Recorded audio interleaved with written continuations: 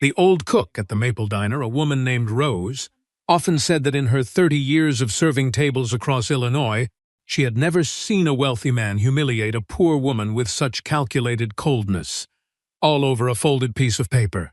To understand why a billionaire would write $0 on a tip line and leave a single meant to shatter a single mother's heart, you have to start at the very beginning.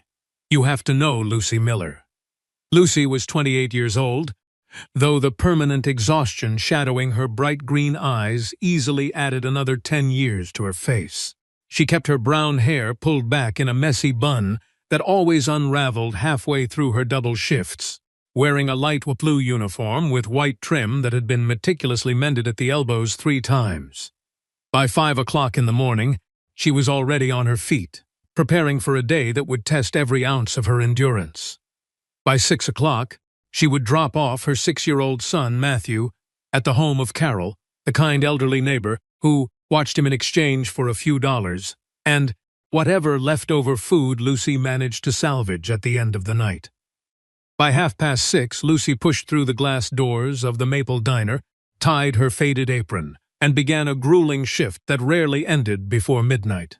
The diner was a classic American roadside staple, featuring large windows that invited the morning sun, worn red leather booths, a black and white checkered floor, and a long chrome counter that Lucy polished every single morning until she could see her own tired reflection. The air always smelled of freshly brewed coffee, sizzling bacon, and toasted bread. For most travelers, it was merely a quick pit stop on Route 66. But for Lucy, it was the only fortress separating her fragile family from absolute homelessness. That particular Thursday morning, she had accepted yet another double shift, not out of desire, but because the hospital bills sitting on a kitchen counter remained unpaid, and because little Matthew had woken up with a severe fever once again. Carol had mentioned that the boy had been coughing violently all night, gently advising Lucy that the child needed a real doctor, not just cheap pharmacy syrup. Lucy had swallowed the massive lump in her throat and promised she would take him as soon as she got paid that week, a promise she desperately made and broke every single month because something always intervened. The rent, the electricity, the boy's worn-out shoes, or the mounting shadow of old debts always consumed her meager earnings before she could save a dime. The boy's father had walked out on them before Matthew could even say his first words, leaving Lucy completely alone, without family support, without savings, and with nothing but her exhausted body and an unbroken, quiet pride.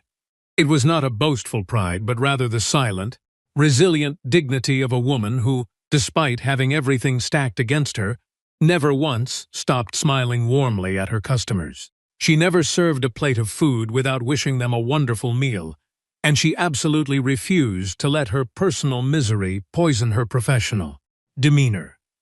That afternoon, the diner was relatively peaceful, trapped in the quiet lull between the busy lunch rush and the chaotic dinner service, allowing Lucy a rare moment to refill the sugar dispensers and napkin holders. Then, the bell above the door chimed softly, signaling the arrival of a man who was clearly not an ordinary roadside customer.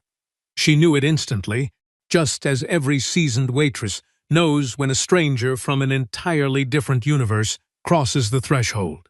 The man wore a custom-tailored black suit that likely cost more than an average family car, paired with a crisp white shirt left open at the collar without a tie, projecting the effortless aura of someone who had absolutely nothing to prove. He walked with a slow, deliberate pace, his sharp face, tense jawline, and cold eyes projecting an intense, distant confidence, looking like a man in his late 30s who had long ago stopped expecting anything good from humanity. He bypassed the counter and sat at the secluded booth in the very back, right beside the window where the golden afternoon sun poured in, illuminating the stark contrast between his immaculate attire and the diner's worn interior. Lucy approached him with a freshly wiped menu and her signature genuine smile, welcoming him to the Maple Diner and asking if she could fetch him something to drink while he looked over the options. The stranger did not even bother to look up at her, keeping his dark eyes firmly locked on the glowing screen of his expensive smartphone, while curtly demanding a black coffee and a glass of water. Lucy was not offended by his dismissive tone. She had learned a long time ago that behind the abrasive shield of a difficult customer, there was almost always a hidden weight, a bad day, or an invisible sorrow. She promptly returned with a steaming mug of coffee and the water, placing them gently on his table and softly letting him know she would be ready whenever he decided to order.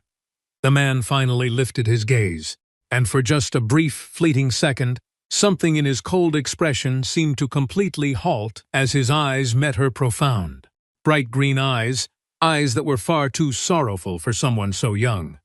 He quickly averted his gaze as if scolding himself for the distraction, then interrogated her with a dry, commanding tone, asking what she would recommend, treating the simple question more like a strict corporate examination than a polite inquiry.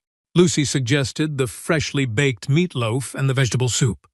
Noting that the hot soup was incredibly comforting on such a breezy afternoon, but the man sharply retorted that he had not asked what she would eat. Any other waitress might have shrunk away or snapped back, but Lucy merely widened her gentle smile, gracefully apologizing and giving him a minute to decide, maintaining her perfect composure without a single crack. Watching from the kitchen window, Rose grumbled that the man had clearly come in looking for a fight, but Lucy softly defended him, insisting he was likely just an exhausted man, to which Rose argued that exhausted men did not wear $10,000 watches. The man eventually ordered the soup and the meatloaf, eating his meal in absolute silence while aggressively typing on his phone and taking hushed calls filled with harsh corporate terms about contracts, percentages, and refusing to accept less. Lucy glided back and forth, silently refilling his water glass, clearing away empty plates, and checking if everything was to his liking, consistently meeting his monosyllabic grunts and heavy silences with unwavering, professional warmth. Suddenly, her phone vibrated in her apron pocket. It was a frantic message from Carol stating that Matthew's fever had dangerously spiked again, causing Lucy's carefully constructed mask to momentarily shatter right behind the counter. The man in the black suit observed her brief tremble, the way she clutched the phone to her chest, closed her eyes to hold back tears, and then forced the brave smile back onto her face, prompting him to finally put his phone down and truly watch her. Lucy cleared the table after the man finally stood up, buttoned his tailored jacket, and walked out the door without uttering a single word of gratitude or saying goodbye. When she picked up the small black tray, she flipped over the receipt and felt the air completely vanish from her lungs as she stared at the tip line. Written in an elegant, incredibly firm handwriting, the man had penned $0, and right beneath that harsh number, he had boldly written the single word, sufficient.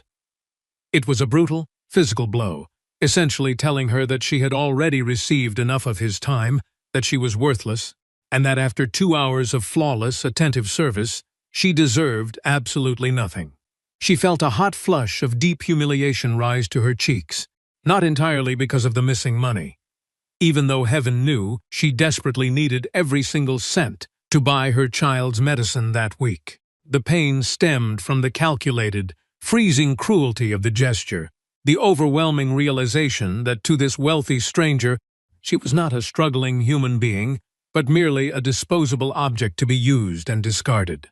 Hot tears threatened to spill from her beautiful green eyes, but she stubbornly blinked them away, absolutely refusing to break down and cry in the middle of the diner where everyone could see her fragile state. Rose poked her head out from the kitchen, wiping her hands on a towel, and immediately asked how much the wealthy businessman had left her, sensing the heavy shift in her young friend's demeanor. Lucy could not bring herself to speak at first, tightly clutching the crumpled receipt in her fist, but when Rose gently pressed her again, she softly whispered that he had left her nothing. Rose forcefully pried the paper from Lucy's trembling hand, her weathered face hardening in absolute fury as she read the insulting word, immediately threatening to march out into the parking lot and give the arrogant jerk a piece of her mind. Lucy quickly grabbed her arm, stopping her with a weary, grounded firmness, explaining that fighting with every cruel customer would leave her with absolutely nothing left to give to her sick son at home. "I have no energy for pride, Rose, only for surviving," she murmured softly, a heartbreaking truth delivered with such casual familiarity that it completely silenced the older woman's fiery rage and brought her in for a tight embrace. When Lucy finally unlocked the door to her tiny apartment late that night, she found Matthew tossing and turning in his small bed, his skin burning with a high fever, his chest emitting a terrifying high-pitched wheeze. Carol stood by with a worried, deeply sympathetic expression, explaining that she had tried cooling him down with damp cloths, but gently urging Lucy that the boy desperately needed a specialist in the city before his lungs gave out. Lucy knelt beside the small mattress, gently stroking her son's damp forehead, whispering promises she was terrified she could not keep, and for the first time in months, she let her silent tears fall freely in the dark. She pulled the crumpled, insulting receipt from her pocket, staring at the word sufficient under the dim yellow light, whispering to the empty room that the cruel stranger had no idea what that word actually meant. She nearly ripped the receipt into tiny shreds to throw it into the trash along with the memory of the cold man and his universe of expensive watches and hearts made of solid stone. Yet an inexplicable instinct forced her to stop. Her exhausted hands gently placed the piece of paper on the nightstand before she crawled into the narrow bed, holding her fiercely burning child close to her chest. She had absolutely no way of knowing that the harsh receipt was not the end of her encounter with the mysterious billionaire, but merely the bizarre prologue to an event that would turn her entire existence upside down. By the time her alarm rang loudly at 5 o'clock the next morning, Lucy had not slept a wink, having spent the entire night listening to her son's labored breathing and praying for a miracle.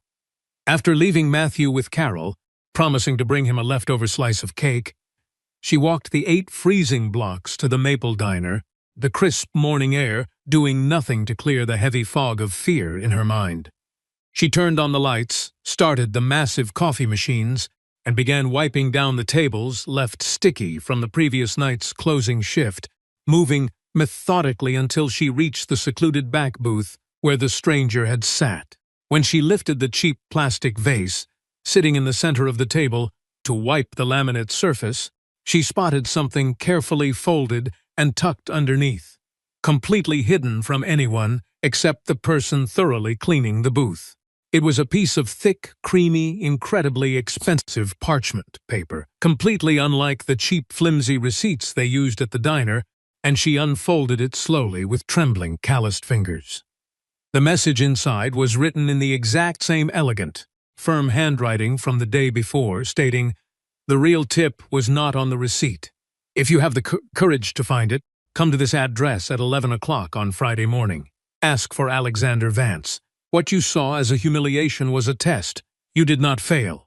Bring the boy if you wish."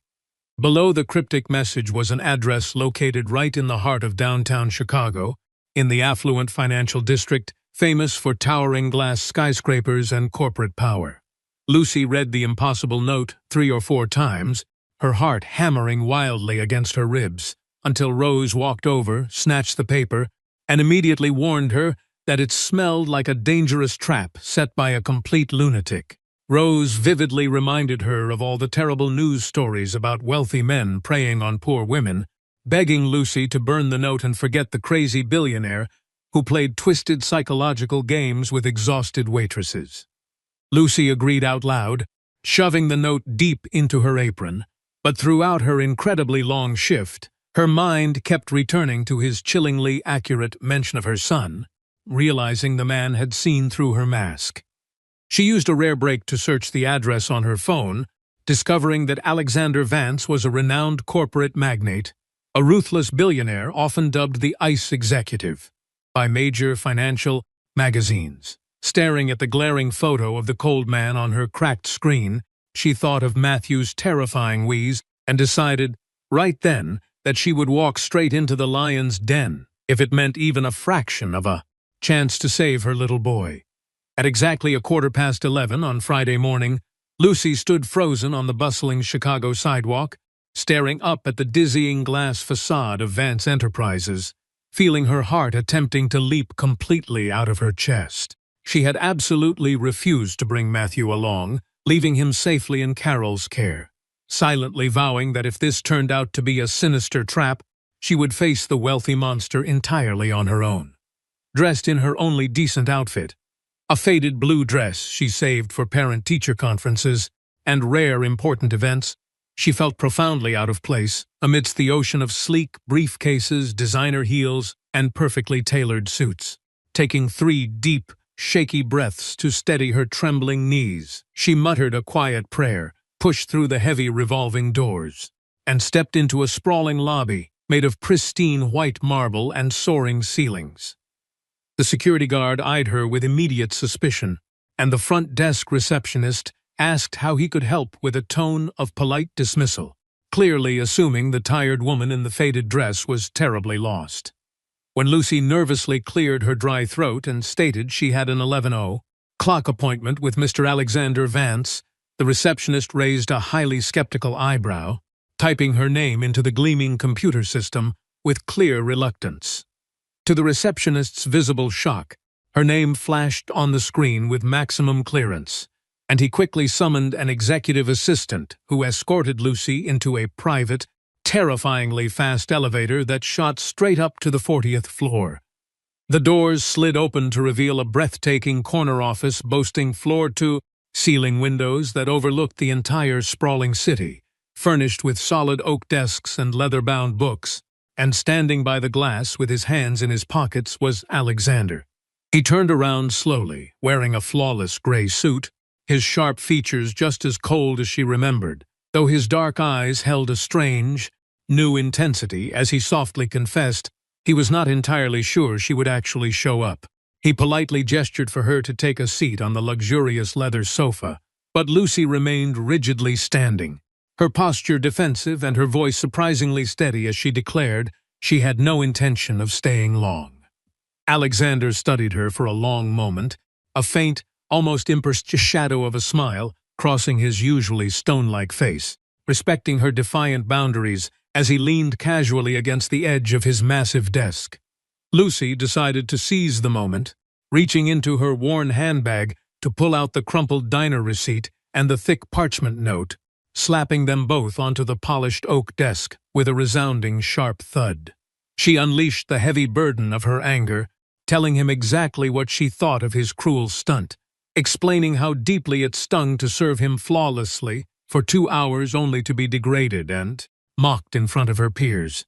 Her voice shook with a potent mix of rage and sorrow as she demanded to know what a $40 tip meant to a billionaire and what kind of coward hides secret notes under plastic vases to play mind games with a desperate mother.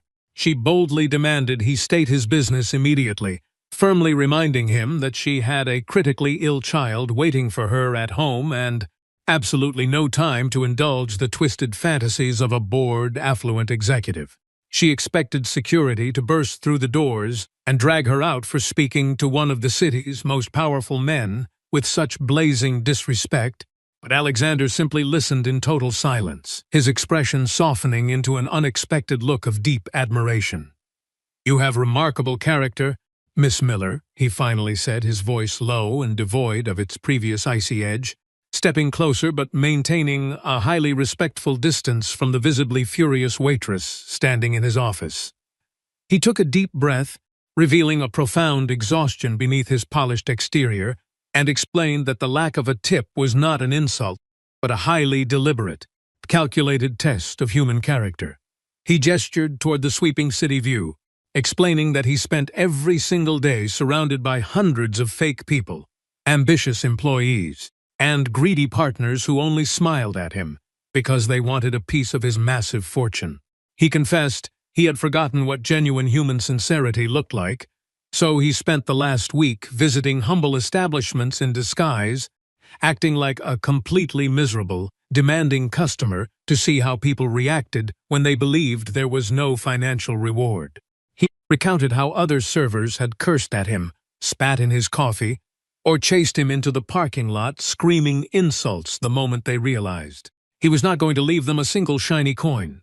"But you," Alexander said, his intense gaze locking onto her bright green eyes, "you maintained your grace, You treated me with unwavering warmth, and when your friend wanted to fight me, you chose quiet dignity over loud revenge." He walked behind his desk, opening a heavy drawer to pull out a thick white envelope, explaining that her ability to remain profoundly human while carrying the terrible weight of a sick child was a trait his billions could never buy. He held the envelope out to her, stating it contained the true, substantial tip her flawless service and incredible character had rightfully earned. That afternoon, hoping it would help ease the massive burden she carried alone. Lucy stared at the thick envelope, her mind racing with the realization of how many hospital bills that money could instantly vaporize. But a fierce, protective pride surged through her veins, forcing her to take a deliberate step backward.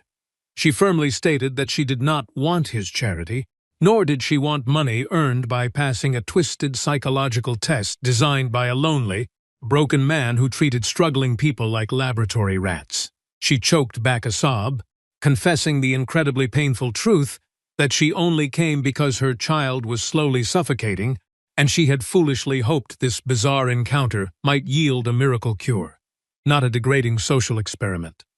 She delivered the final verbal blow, congratulating the isolated billionaire on finally finding a real person to validate his cynical worldview, asking bitterly if making a poor single mother cry finally made his hollow heart feel whole. Alexander dropped his hand, the envelope falling to the desk, and for the first time, the impenetrable ICE executive completely dropped his gaze, softly whispering that he did not feel better. He felt profoundly, deeply ashamed. Lucy picked up the hidden note from the desk, telling him she was leaving and returning his ridiculous game pieces. But as she reached the heavy wooden door, Alexander called out, his voice cracking with a sudden, raw vulnerability. He asked exactly what was wrong with her son, and when Lucy defensively demanded to know why he cared, Alexander confessed that he, too, was once a terrified, desperately poor child whose father could not afford a doctor. He vividly described the exact, haunting sound a desperate mother makes when she realizes she cannot afford to save her child's life, leaving Lucy frozen in the doorway, completely torn between her protective distrust and the agonizing hope blooming in her chest. 3 full days passed without a single word from the billionaire, and Lucy threw herself back into the exhausting rhythm of her double shifts, convinced that her fiery outburst in his office had permanently severed their bizarre connection. Rose, the seasoned cook, constantly reassured Lucy that she had done the exact right thing by rejecting the insane billionaire's money, insisting that wealthy, sorrowful men were the most dangerous traps a poor woman could ever fall into. Still, no matter how vigorously she scrubbed the diner's countertops, Lucy could not shake the haunting sincerity in Alexander's voice when he spoke about being a poor child, realizing his pain felt entirely too authentic to be a fabricated corporate lie. On the afternoon of the 4th day, a completely silent, gleaming black luxury car smoothly pulled into the cracked asphalt parking lot of the Maple Diner, immediately drawing the stunned stares of every single customer eating their pie. Alexander Vance stepped out of the back seat, looking just as impeccably dressed as before, and pushed through the glass doors, the little bell chiming as he confidently walked straight to the secluded back booth. Lucy felt the blood rush violently to her cheeks, momentarily considering begging another waitress to cover his table, but her stubborn courage won out, and she approached him with a menu, her voice barely a whisper as she asked if he was done playing games. He looked up, his dark eyes entirely devoid of their usual corporate armor, and solemnly swore he was done with tests, asking only for 10 minutes of her time the moment her shift ended at 4 o'clock. He promised that if she refused to come outside, he would drive away and absolutely never bother her family again, leaving Lucy to nervously stare at him before offering a slow, hesitant nod of agreement. When 4 o'clock finally arrived, Lucy untied her apron and walked out into the chilly afternoon air, finding Alexander leaning patiently against the hood of his car, holding the passenger door open for her with respectful courtesy. He asked if she would mind taking a short drive to a place that wasn't very far, assuring her she could text his license plate number to her fiercely protective friend in the kitchen if it made her feel safer. Lucy, who had already given Rose the plate numbers with strict instructions to call the police if she vanished, slid into the plush leather seat, enveloped by the strange, quiet luxury of a vehicle worth more than her entire life's earnings. They drove in complete silence, away from the towering skyscrapers of Chicago, heading deep into a forgotten, incredibly humble suburb characterized by cracked sidewalks, peeling paint, and clotheslines strung between narrow, cramped windows. He parked the expensive car in front of a particularly tiny, dilapidated house, turning the engine off and staring at the rotting front porch with a look of profound, heavy nostalgia, quietly revealing that this was the house where he grew up.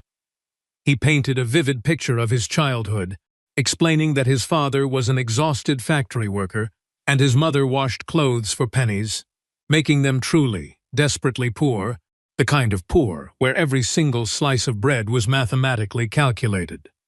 When he was 8 years old, his little sister, Annie, developed a severe, fatal heart condition that required a specialized, incredibly expensive surgery that his struggling parents could never dream of affording on their own. He described how his proud parents begged, borrowed, and humiliated themselves before the wealthy elites of the city, only to be looked upon with the exact same disgust and contempt that Lucy had originally assumed he held for her.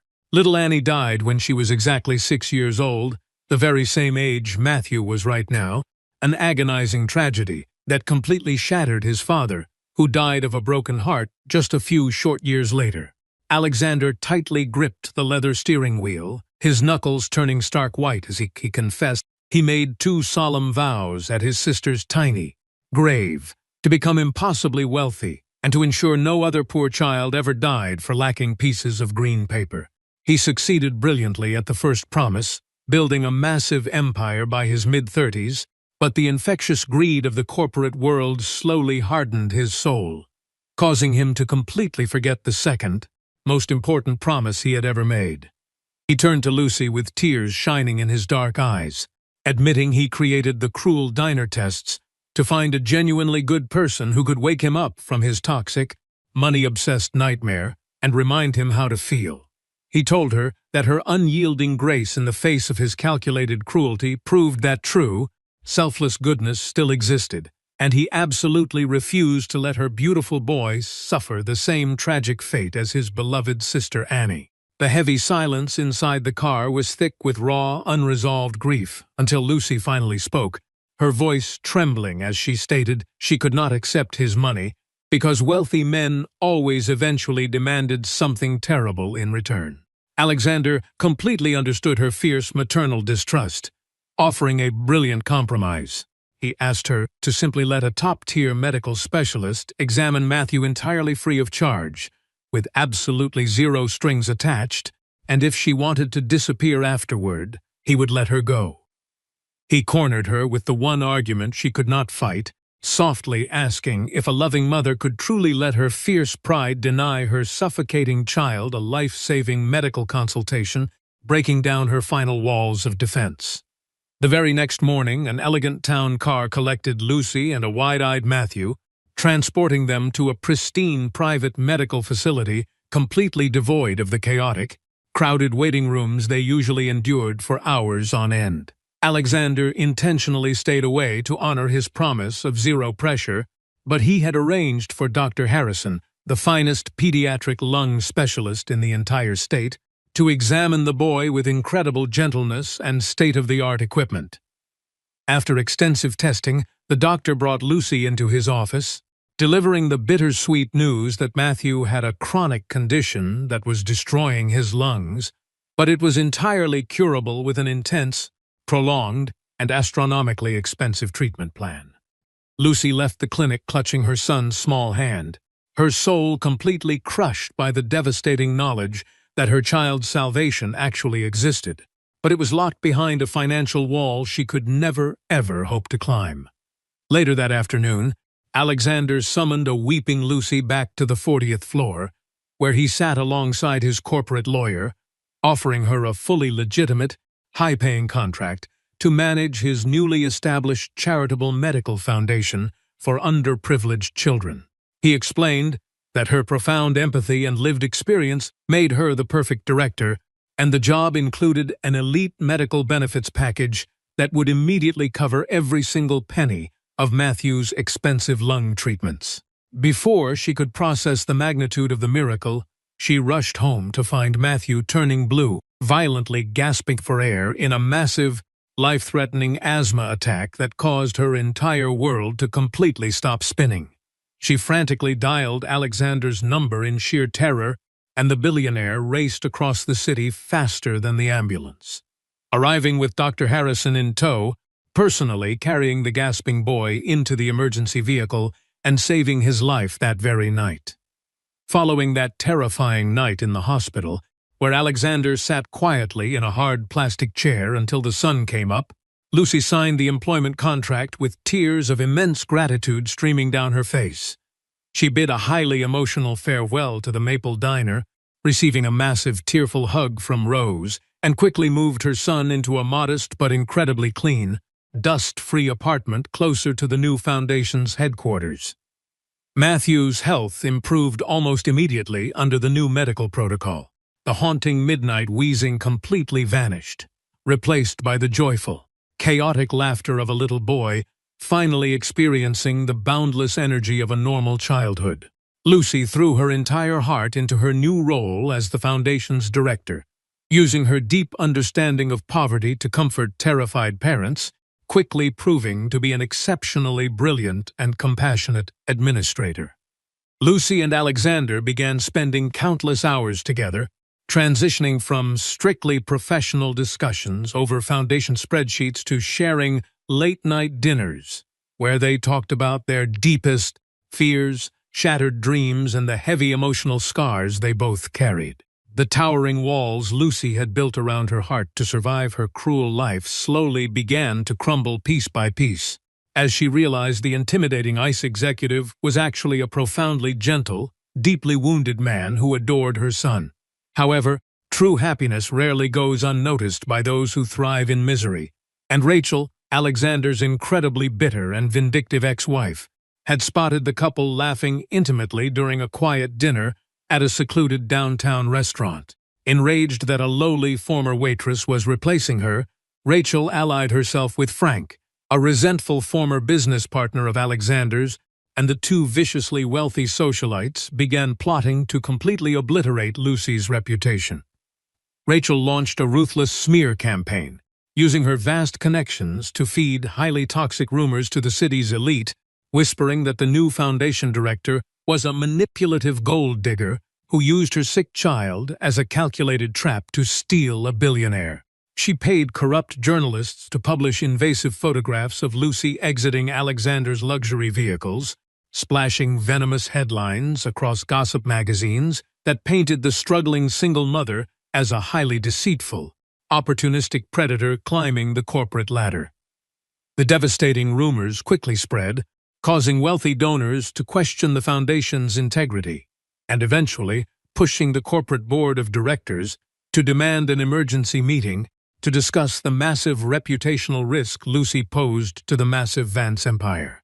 Crushed by the overwhelming public humiliation and terrified of destroying Alexander's life's work, Lucy drafted a formal letter of resignation, fully prepared to sacrifice her own happiness and vanish into obscurity to protect the man she loved. She walked into the imposing boardroom clutching the crumpled resignation letter, finding the long table filled with stern executives, Alexander sitting at the head, and Rachel lounging in the corner with a highly venomous, triumphant smirk on her face.